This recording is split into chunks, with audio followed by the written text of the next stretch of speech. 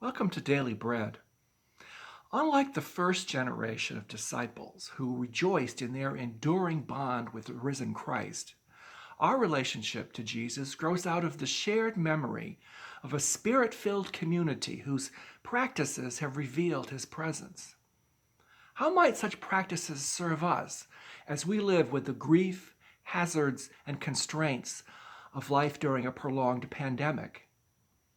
Presiding Bishop Michael Curry has introduced these practices to us as the way of love, 7 aspects of living that can help us to discover a deeper relationship with Jesus. I've been blessed recently to join in 2 of our small groups discussing Bishop Marianne's book on the way of love. What are these 7 practices?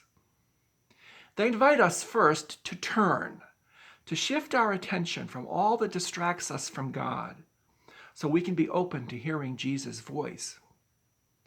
Then to learn, to look to Scripture and to the wisdom of other people of faith for growth and inspiration. To pray, to draw closer to God on a daily basis for comfort and strength. To worship, to gather together giving thanks and praise as we recall the story of our life with God. To bless, to share the love of God through kindness and compassion. To go, to step outside what seems comfortable and familiar, to join Jesus' mission of reconciliation. And to rest, to enter into the time and space God offers for the renewal of our bodies, minds, and souls.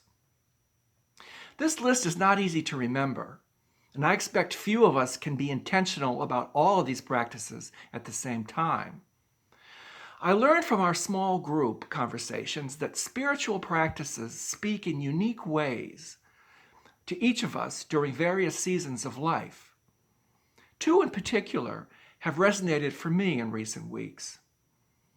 A period of loss, transition, or disruption can move us to re-examine the ways in which faith guides our living.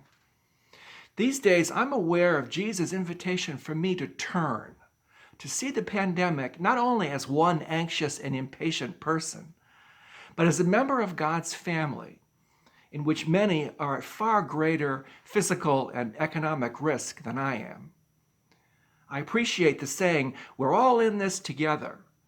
But Jesus reminds me of the need to turn in order to hear that phrase from the faith perspective and to open my heart to the uneven and inequitable ways in which the effects of this crisis are being felt.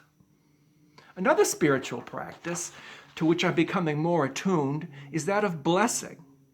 We offer blessing every time we allow the care and compassion of Jesus to shine through in the ways we interact.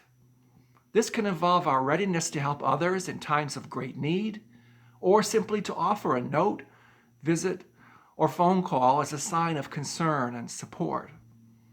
These days, when so little of consequence seems to be within my control, I'm reminded how much words matter, how much my time and unhurried presence can matter to another, even if it's a wave from a safe distance. Blessing is felt among us, but it starts in God. And I hope I'm learning to let it spring forth more easily in ways that will outlast the pandemic. The Way of Love practices are posted on our website. I look forward to hearing what they mean to you and to sharing more of my impressions about them in future slices of Daily Bread. Peace be with you.